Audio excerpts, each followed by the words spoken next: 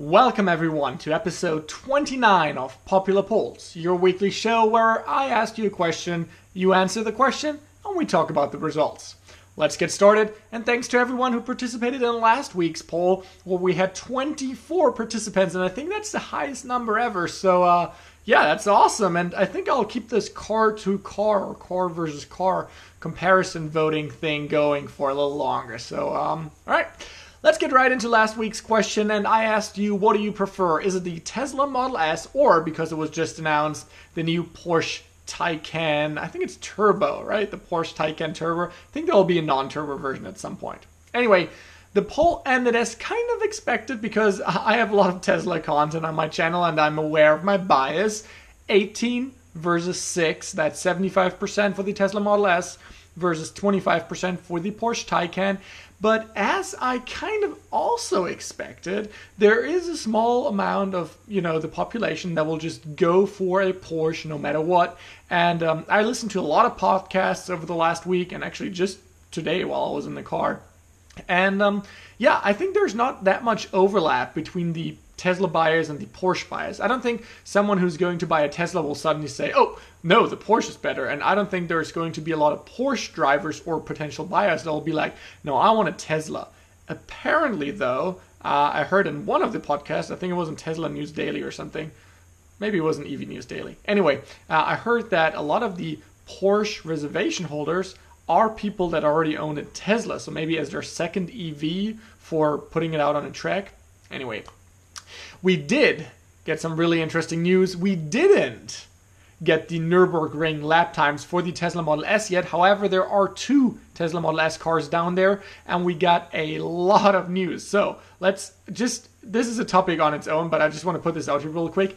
Tesla has announced that they are working on a prototype, and actually that's the prototype that's on the Nürburgring right now, Tesla Model S with plaid mode, which is actually, we all thought it was, or at least I thought it was currently reserved for the Tesla Roadster, which is coming out hopefully in the next 1 or 2 years. And that has 3 motors and will go like 0 to 60 in 1.9 seconds or something.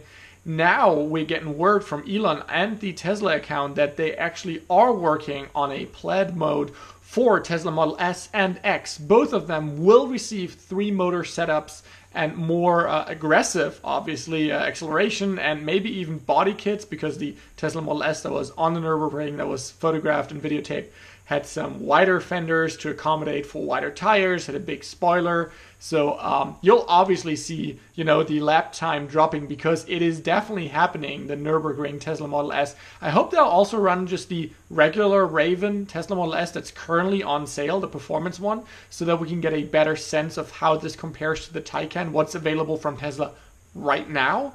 And then hopefully they'll also run, or they will definitely run the other one and telling us what is available sooner. And I would really hope that the current Tesla Model S is getting really close, or maybe even beating the Porsche Taycan, because that will obviously help Tesla sell its current cars, and then the plaid one should be like out of this world, and then everyone next year will be like, oh, this is an amazing car. It will be more expensive though. All right. So we had 4 comments on this video from last week, so I just want to read them out real quick. If you don't want to hear them, just go ahead and skip over this segment and join me for the next question.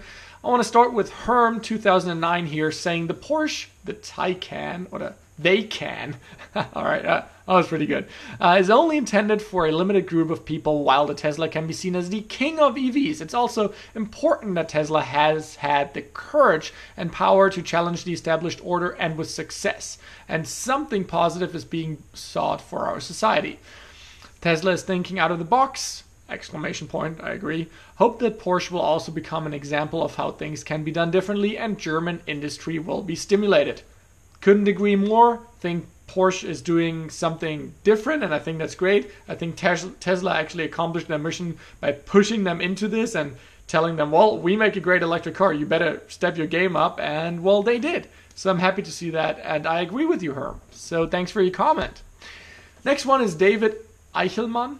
Yeah, Eichelmann. Yeah, I hope I said this correctly. Regarding the turbo in the Taycan name, I always refer to my old 8088, is it? 8088, whatever, computer that's also had the turbo button without having a combustion CPU inside. So from my point of view, the naming is okay. Yeah, David, I do agree. I mean, it's Porsche's naming standard going forward. And I think a lot of people made a little bit of fun of them for putting the Porsche Turbo name on an electric car. But in the end, it's not going to matter that much. And if this helps to bring current Tesla potential Porsche buyers that will maybe buy the 911 or something over to buying the Taycan, I'm super happy with it. All right, next one is up from Jeff Houston. And I think it's a he. So he said, it should also be noted the only reason the Taycan exists is because of the Tesla Model S. How sad is that for a company like Porsche? I talked about this multiple times before on this channel, and I kind of agree, especially because a couple of years back I posted this on like my Facebook timeline or somewhere, and it was this big article like Porsche will never, like they were mocking Tesla and said Porsche will never build an electric car. And then literally 2 years later on the day, pretty much, it was like Porsche just announced its electric car. And I'm like, well, you gotta be kidding me. I mean, I'm happy that there's another electric car, but what the, yeah. All right. Kind of sad for Porsche. Still, Porsche, sorry. I still like that they are getting into the game, and let's see how this may be even pushing Tesla a little bit to get a more track-ready and performance car out there. So we'll see. I'm pretty sure Tesla had this all planned with the plaid mode there for a long time, and they were just waiting for the Taycan to be released because it was an open secret, basically. All right. And another one from Jeff Houston. Yeah. All right. I'm struggling with names today. I don't know why. Why are they even comparing the two? I'm kind of comparing. Well, I guess, yeah, a lot of people are comparing them. All right. Taken back.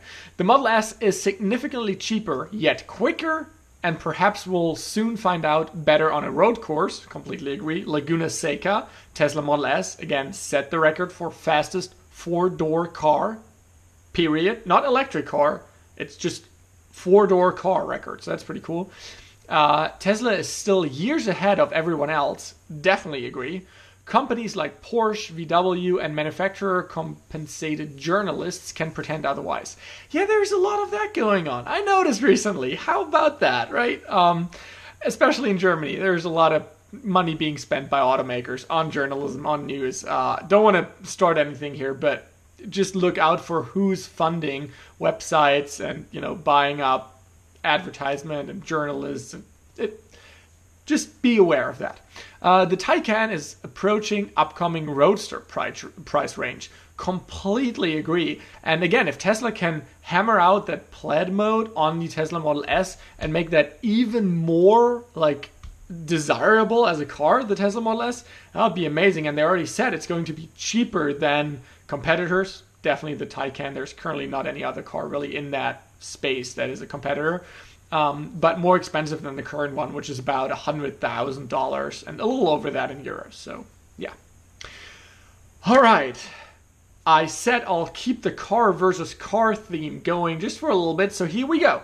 Frankfurt Motor Show this week, kind of last week, this week going on.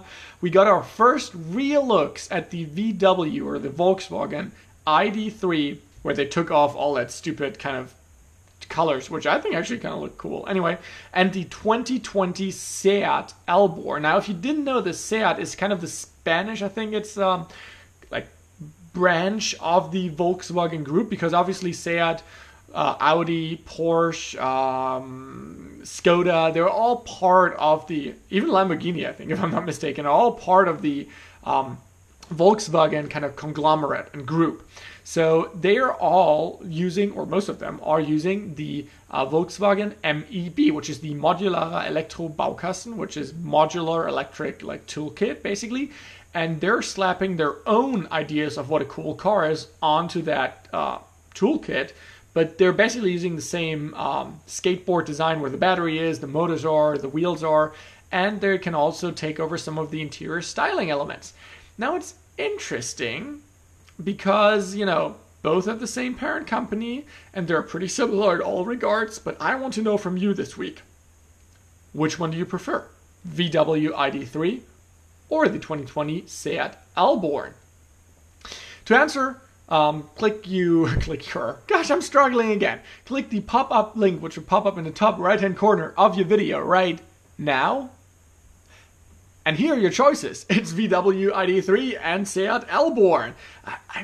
I gotta say, mostly looks are what are distinguishing those two. If you haven't yet, check out Tesla Bjorn's videos on both of these cars. They're pretty interesting and a good watch. And yeah, the interior is so similar.